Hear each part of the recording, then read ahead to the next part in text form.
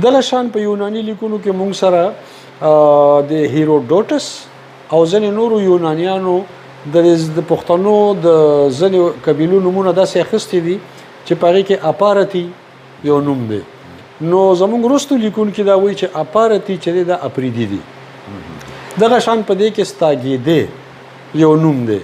نو زموږ وروستو لیکونکي دا وایي چې دا ستاګیدې چې دی دې کې بیا د اپارتي سره نږدې چې کوم قومونه دي لکه شینواري دي، غورغشت دي او ځینې نور نومونه دي چې هغه په دغه ستاګیدې قبیلې کې راځي. خو داسې وګڼئ چې د قبل مسیح په دور کې د حضرت عیسی علیه السلام نه مخکې که موږ د ټولو پښتنو یو نوم پیدا کړو نو خو پښتین شو. که ځینې نور نومونه پیدا کړو په هغې کې د ګوري، اسپي، اپارتي، ستاګیدې نومونه هم موږ سره شته.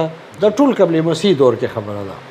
بیا که موږ د قبیلو دا سفر ګورو نو د قبل مسیح دور نه پسته د حضور پاک صلی الله علیه وسلم تر دوره پورې زموږ د پښتنو په هکله څه داسې لیکونه، کتابونه، سندونه په لاس نه راځي چې هغې کې موږ د خپلو قبیلو د وروستو سفر هم په نظر موږ راولو او هغې باندې موږ غور وکړو.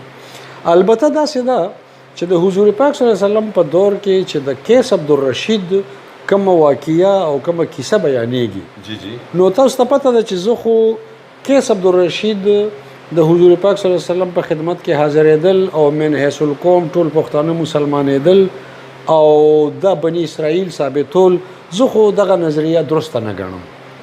البته د قیس سره چې د کومو دریو زامنو نومونه تړلی شوي دي نو هغه د سړبن، غورغشت، بیټن. دا سړبن، غورغشت، بیټن سره د دې چې دې ته نږدې نومونه د قیس د زامنو نه مخکې هم موجود دي. په ایرانی لیکونو کې هم داسې درې نومونه یا د دریو نومونو دا تسلسل شته. خو د سړبن، غورغشت، بیټن نه وروستو چې کوم سفر دی، ماډرن چې کوم سفر دی نو هغې کې ماته ډېر څیزونه صحیح ښکاري. یعنې د سړبن نه سړبني قبیله جوړېدل، د بیټن نه بیټني قبیله جوړېدل، د غورغشت نه غورغشتي قبیله جوړېدل.